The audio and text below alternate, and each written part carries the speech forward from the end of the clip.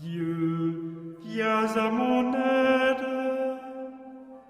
Seigneur, à notre secours.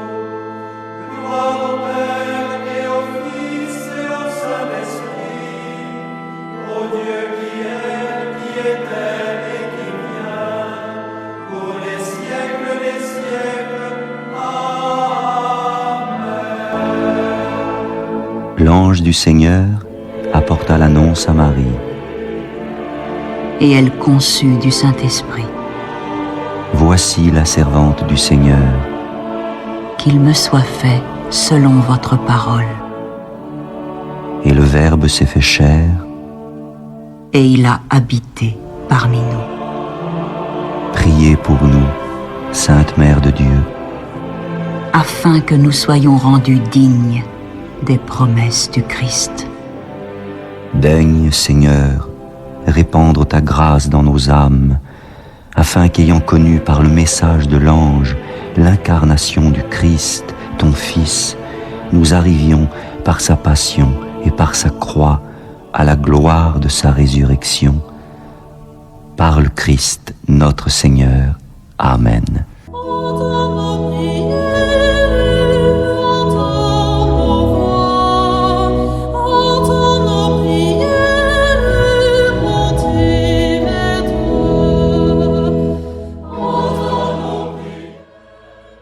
Seigneur, dans le silence de ce jour naissant, je viens te demander la paix, la sagesse, la force. Je veux regarder aujourd'hui le monde avec des yeux tout remplis d'amour, être patient, compréhensif, doux et sage, voir au-delà des apparences tes enfants, comme tu les vois toi-même, et ainsi ne voir que le bien en chacun. Ferme mes oreilles à toute calomnie. Garde ma langue de toute malveillance. Que seules les pensées qui bénissent demeurent en mon esprit. Que je sois si bienveillant et si joyeux, que tous ceux qui m'approchent sentent ta présence. Revêts-moi de ta beauté, Seigneur, pour qu'au long de ce jour, je te révèle. Amen.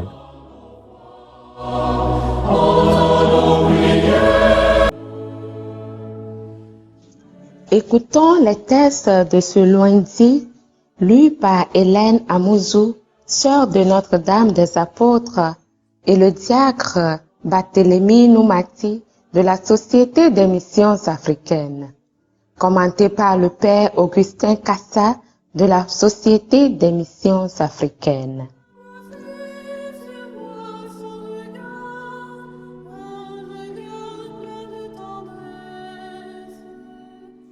Lecture de la lettre aux Hébreux, chapitre 11, versets 32 à 40.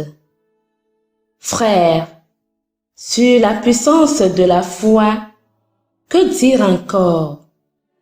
Le temps me manquerait pour rappeler l'histoire de Gédéon, Barak, Samson, Jephthé, David, Samuel et les prophètes. Par leur foi, ils ont conquis des royaumes, pratiqué la justice, obtenu la réalisation de certaines promesses. Ils ont fermé la gueule des lions, éteint la flamme des brasiers, échappé aux tranchants de l'épée, retrouvé leur force après la maladie, montré du courage à la guerre, mis en fuite des armées étrangères. Des femmes dont les enfants étaient morts les ont retrouvés ressuscités. Mais certains autres ont été torturés et n'ont pas accepté la libération qui leur était proposée, car ils voulaient obtenir une meilleure résurrection. D'autres ont subi l'épreuve des moqueries et des coups de fouet, des chaînes et de la prison. Ils furent lapidés, sciés en deux, massacrés à coups d'épée. Ils allèrent çà et là, vêtus de peau de mouton ou de toison de chèvre, manquant de tout, harcelés et maltraités, mais en fait, c'est le monde qui n'était pas digne d'eux. Ils menaient une vie errante dans les déserts et les montagnes, dans les grottes et les cavernes de la terre. Et, bien que, par leur foi, ils aient tous reçu le témoignage de Dieu, ils n'ont pas obtenu la réalisation de la promesse. En effet, pour nous, Dieu avait prévu mieux encore et il ne voulait pas les mener sans nous à la perfection. Parole du Seigneur.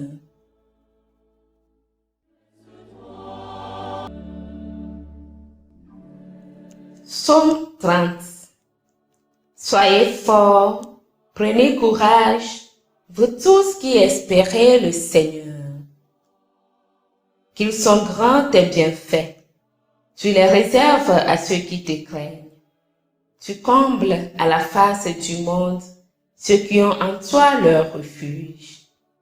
Soyez forts, prenez courage, vous tous qui espérez le Seigneur. Tu les caches au plus secret de ta face, loin des intrigues des hommes. Tu les réserves un lieu sûr, loin des langues méchantes. Soyez forts, prenez courage, vous tous qui espérez le Seigneur. Béni soit le Seigneur, son amour a fait pour moi des merveilles. Soyez forts, prenez courage, vous tous qui espérez le Seigneur. Et moi, dans mon trouble, je disais, je ne suis plus devant tes yeux. Pourtant, tu écoutais ma prière quand je criais vers toi. Soyez forts, prenez courage, vous tous qui espérez le Seigneur. Aimez le Seigneur, vous ses fidèles. Le Seigneur veille sur les siens, mais il rétribue avec vigueur qui se montre arrogant. Soyez forts, prenez courage, vous tous qui espérez le Seigneur.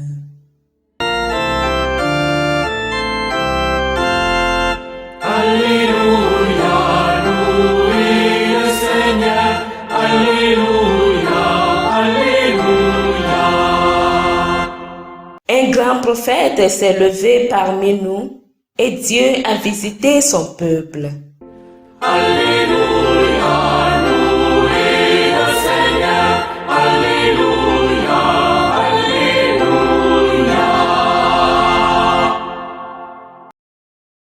Le Seigneur soit avec vous et avec votre esprit. Évangile de Jésus-Christ selon saint Marc. Gloire à toi, Seigneur. Chapitre 5, versets 1 à 20. En ce temps-là, Jésus et ses disciples arrivèrent sur l'autre rive, de l'autre côté de la mer de Galilée, dans le pays des Géraséniens. Comme Jésus sortait de la barque, aussitôt un homme possédé d'un esprit impur s'avança depuis les tombes à sa rencontre. Il habitait dans les tombeaux et personne ne pouvait plus l'attacher, même avec une chaîne. En effet, on l'avait souvent attaché avec des fers aux pieds et des chaînes, mais il avait rompu les chaînes, brisé les fers, et personne ne pouvait le maîtriser. Sans arrêt, nuit et jour, il était parmi les tombeaux et sur les collines, à crier et à se blesser avec des pierres. Voyant Jésus de loin, il accourut, se prosterna devant lui et cria d'une voix forte: Que me veux-tu, Jésus, fils du Dieu très haut? Je t'adjure par Dieu, ne me tourmente pas. Jésus lui disait en effet, Esprit impur, sors de cet homme. Et il lui demandait, Quel est ton nom? L'homme lui dit, Mon nom est Légion, car nous sommes beaucoup. Et il suppliait Jésus avec insistance de ne pas les chasser en dehors du pays. Or, il y avait là du côté de la colline un grand troupeau de porcs qui cherchait sa nourriture. Alors, les esprits impurs supplièrent Jésus, Envoie-nous vers ces porcs, et nous entrerons en eux. Il le leur permit. Ils sortirent alors de l'homme et entrèrent dans les porcs. Du haut de la falaise, le troupeau se précipita dans la mer. Il y avait environ 2000 porcs et ils se noyaient dans la mer. Ceux qui les gardaient prirent la fuite. Ils annoncèrent la nouvelle dans la ville et dans la campagne, et les gens vinrent voir ce qui s'était passé. Ils arrivèrent auprès de Jésus. Ils voient le possédé, assis, habillé et revenu à la raison, lui qui avait eu la légion de démons, et ils furent saisis de crainte. Ceux qui avaient vu tout cela leur racontèrent l'histoire du possédé et ce qui était arrivé au porc. Alors, ils se mirent à supplier Jésus de quitter leur territoire. Comme Jésus remontait dans la barque, le possédé le suppliait de pouvoir être avec lui. Il n'y consentit pas, mais il lui dit, « Rentre à la maison auprès des tiens, annonce-leur tout ce que le Seigneur a fait pour toi dans sa miséricorde. » Alors, l'homme s'en alla, il se mit à proclamer dans la région de la Décapole ce que Jésus avait fait pour lui, et tout le monde était dans l'admiration. Acclamons la parole de Dieu. Louange à toi, Seigneur Jésus.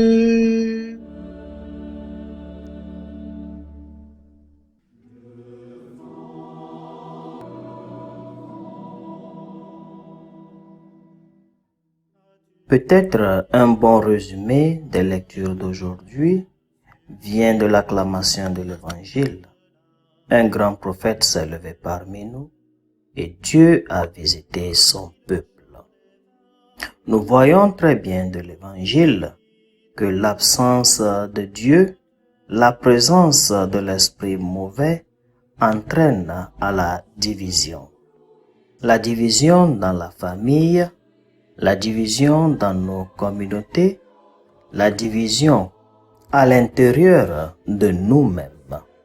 Le démoniaque, par exemple, dans le cas de l'évangile d'aujourd'hui, habite parmi les tombeaux, retiré donc de la communauté tout entière. Il n'est pas maîtrisable. Le démoniaque lui-même ne sait parfois pas ce qu'il raconte, car c'est le diable qui parle en lui. Donc cette division entre communautés, entre familles, en nous-mêmes se fait sentir chaque fois que le diable, que le péché a une emprise sur un membre de la famille, sur un membre de la communauté. Mais retenons qu'une fois que Jésus-Christ est présent, retenons qu'une fois que la présence de Dieu se fait sentir, quand Dieu visite son peuple, les puissances du mal sont mises sous contrôle. Elles n'ont aucune emprise sur l'humanité. C'est ce que nous voyons dans l'évangile d'aujourd'hui. Quand Jésus apparaît, le diable se met à genoux et négocie. Mais quand il s'agit du bien-être de son peuple, Dieu ne négocie pas avec le diable. Il l'expulse, il le renvoie pour assurer la santé, la vie, le salut de l'humanité, le salut de ses enfants. Pour nous qui avons été libérés de l'emprise du diable, pour nous qui avons été libérés de l'emprise de Dieu, par Jésus-Christ qui ne négocie jamais avec le diable, nous avons une responsabilité. La responsabilité de proclamer Jésus-Christ partout dans le monde, de proclamer Jésus-Christ dans nos familles, de proclamer Jésus-Christ dans nos communautés, de proclamer Jésus-Christ dans nos cultures, d'apporter la lumière de Jésus-Christ dans tous les recoins obscurs de notre humanité, afin que sa présence éloigne de nous le péché et le diable, pour que sa présence apporte l'unité, l'entente et la compréhension dans nos cultures et dans nos civilisations. Que Dieu bénisse sa parole dans notre cœur. Amen.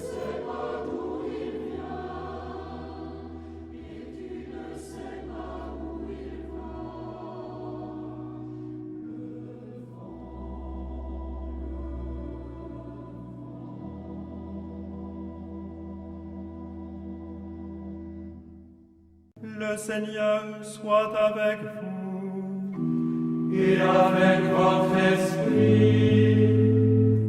Que Dieu Tout-Puissant vous bénisse, le Père, le Fils et le Saint-Esprit.